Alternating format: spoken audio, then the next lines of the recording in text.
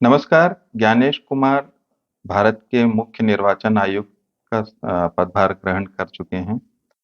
उनकी नियुक्ति को लेके एक प्रकार से विवाद की स्थिति खड़े करने का प्रयास किया गया और जिस पार्टी ने और जिस पार्टी के नेता ने इस पूरी जो भूमिका बनाई ज्ञानेश कुमार को लेके एक डिबेट एक प्रकार से चालू किया देश के भीतर की इनकी नियुक्ति को लेके तरह-तरह की चर्चाएँ चालू की गई। मुझे लगता है कि कांग्रेस पार्टी या नेता प्रतिपक्ष राहुल गांधी जो उस 3 सदस्यीय जो समिति होती है, जो इस निर्वाचन प्रक्रिया या नियुक्ति को अ, जो अपना मुहर लगाती है, उस समिति के सदस्य होने के नाते उनने जिस प्रकार का एक भूमिका बनाने की कोशिश की, वो ये भूल गए कि कांग्रेस की सरकार के समय में एक ऐसे व्यक्ति की अ निर्वाचन आयुक्त में नियुक्ति हुई थी निर्वाचन आयोग में नियुक्ति हुई थी, जिसको लेके कई तरीके के विवाद थे।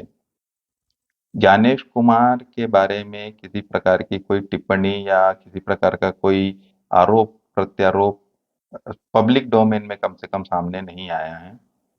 लेकिन हम जिस व्यक्ति के बारे में बात कर रहे हैं, दुर्भाग्य से उनका इसी माह निधन हुआ है। और एक नैतिकता के नाते एक हम अपने चैनल में उनका नाम नहीं लेंगे। ये एक मर्यादा है, उस मर्यादा का हम पालन करते हुए उस व्यक्ति का हम नाम नहीं लेंगे क्योंकि इसी माह उनकी मृत्यु हुई है, उनका निधन हुआ है। ये व्यक्ति जो जिनके बारे में हम ज़िक्र कर रहे हैं, वो कांग्रेस के बहुत ही ख़ास लोगों में से गिने जाते थे। 2005 में उनकी नियुक्ति हुई थी निर्वाचन आयोग में और उस समय कांग्रेस की सरकार थी। कांग्रेस की सरकार में सोनिया गांधी जी जो यूपीए की संयोजक का दायित्व उनके पास में था या यूपीए की जो चेयरपर्सन थी, उसके नाते उनने उस व्यक्ति की नियुक्ति की थी निर्वाचन आयोग में और बाद में वो मुख्य निर्वाचन आयुक्त भी बने।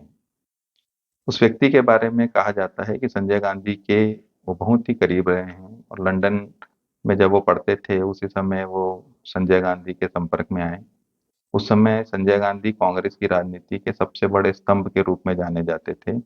इंदिरा गांधी के पुत्र होने के नाते इंदिरा गांधी या कांग्रेस पार्टी की जो भी राजनीति थी या जो भी निर्णय रहते थे, उसमें संजय गांधी की मुहर लगी लगाई जाती थी।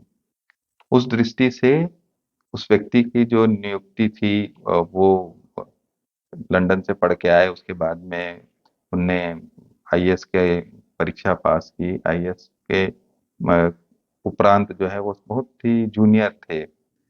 उनने अपने प्रभाव से या संजय गांधी के निकटतम होने का फ़ायदा उठाते हुए दिल्ली में जो लेफ्टिनेंट गवर्नर की नियुक्ति की गई थी, उसमें उनका बोलबाला रहा और उनके ही प्रयास से या उनके ही दबाव से संजय गांधी के कहने पर किशन चंद नाम के व्यक्ति जो पूर्व में आईसीएस जो आईएएस के पहले इंडियन सिविल सर्विसेज हुआ करती थी, तो उस समय के वो रिटायर्ड अधिकारी थे किशन चंद, उनकी नियुक्ति गवर्नर लेफ्टिनेंट गवर्नर दिल्ली के रूप में नियुक्ति हुई और उस नियुक्ति के बाद में तुरंत जो व्यक्ति जिनके बारे में हम चर्चा कर रहे हैं, वो उनके निजी सहायक के रूप में, निजी सचिव के रूप में, क्षमा करिएगा, निजी सचिव के रूप में उनकी नियुक्ति की गई और उसके बाद में जो दिल्ली की जो सरकार थी या दिल्ली में जो भी घटनाक्रम होता था, उसमें लेफ्टिनेंट गवर्नर के अलावा जो है लेफ्टिनेंट गवर्नर तो एक मोहरा हो गए थे, यही व्यक्ति जो है वो पूरा शासन प्रशासन को चलाते थे और एक प्रकार से उनका हमेशा दबदबा रहा। 1975 में जब विवादास्पद जो स्थिति बनी, जब इलाहाबाद हाई कोर्ट में जगमोहन जी के जजमेंट के बाद में इंदिरा गांधी की जो सदस्यता समाप्त होने की स्थिति बनी, उसके बाद में जो देश में जो वातावरण बना, उस घटनाक्रम का जो पूरा बागडोर था, वो संजय गांधी स्वयं सँभाले हुए थे। 12 जून से लेके 24 जून तक, यानी इमरजेंसी लगने के ठीक 1 दिन पहले तक 1975 में दिल्ली में तरह-तरह के धरना प्रदर्शन रैलियां निकाली जा रही थी, ये एक प्रकार से एक दबाव की राजनीति कांग्रेस की तरफ से की जा रही थी, ताकि इंदिरा गांधी के पक्ष में एक जनमानस के बीच में उनकी लोकप्रियता स्थापित करने का एक प्रयास किया जा रहा था। एक प्रकार से एक दबाव की राजनीति की जा रही थी।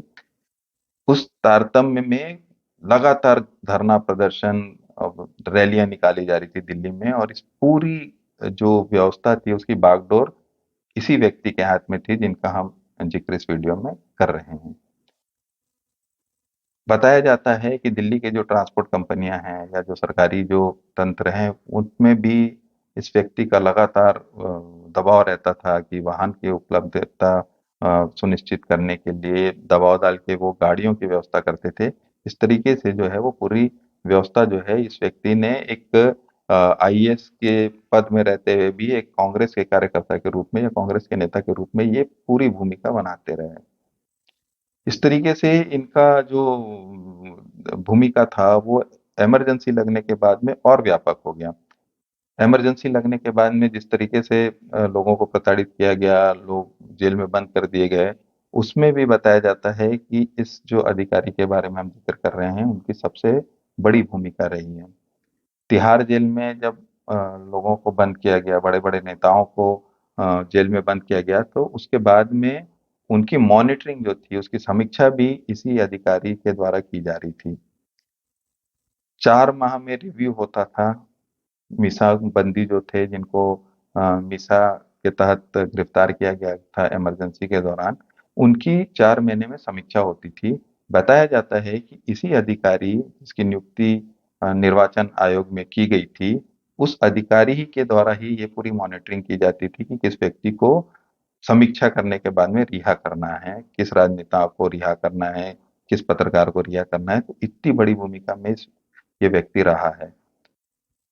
बताया जाता है कि तिहाड़ जेल में कैपेसिटी जो थी वो लगभग डबल हो गई थी जब इमरजेंसी में लोगों को बंद किया गया।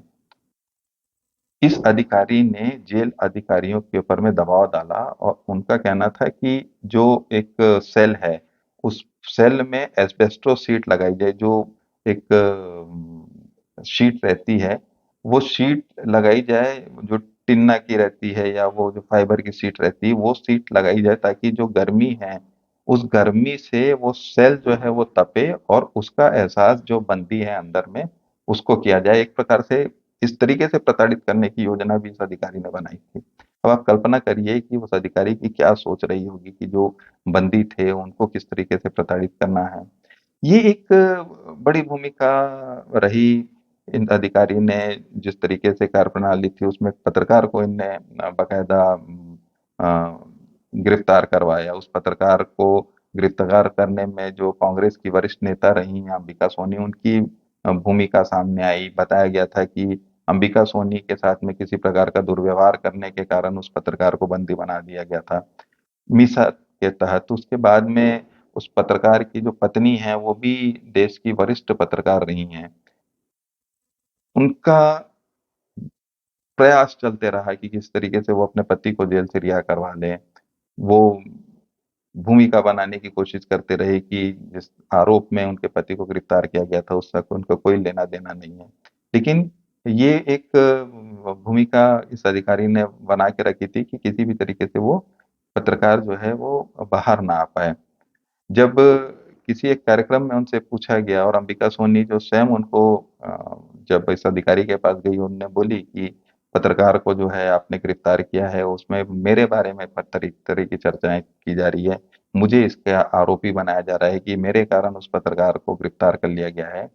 तो इस अधिकारी ने व्यंग के लहजे से एक अच्छा उनको बताने की कोशिश की और उनको हंसते हुए कहा कि आप तो अ, इस पूरे जो फ़िल्म है उसकी मेन हीरोइन आप हैं और आपने एक ऐसे व्यक्ति को लाके हमारे सामने परोस दिया है जो आरएसएस से जिसका सीधे संबंध था। यानी आरएसएस के एक व्यक्ति को आपने हमारी झोली में डाल दिया है, इसको हम इतने आसानी से नहीं छोड़ने वाले हैं, ऐसा इनने इंडिकेशन इस अधिकारी ने दिया। हालाँकि बाद में जब उनकी पत्रकार पत्नी है, वो अपने प्रयास की, स्वयं इस अधिकारी से मिली। इस अधिकारी से मिलने के बाद में उन्होंने एक ऐसी भूमिका बनाई कि मैं तो कुछ जानता ही नहीं, लेकिन उस महिला पत्रकार के प्रयास से बाद में उनके पति को रिहा कर दिया गया। इस अधिकारी का जो पूरा रोल था या एक प्रकार से उनकी भूमिका देखी जा रही थी, तो वो एक अधिकारी से कम वो एक कांग्रेस के कार्यकर्ता के रूप में ज़्यादा काम किए थे।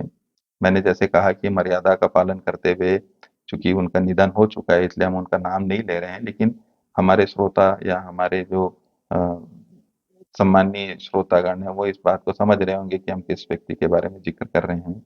अगले वीडियो में जो हम 1 या 2 दिन के अंदर में हम उस वीडियो को भी जारी करेंगे, उसमें हम बताने का प्रयास करेंगे कि किस तरीके से अ, आयोग में रहते हुए ही इनके खिलाफ में एक प्रकार से माहौल बना था और एक कमीशन था जो इनके खिलाफ में बड़ी गंभीर टिप्पणी की थी इस अधिकारी के खिलाफ में।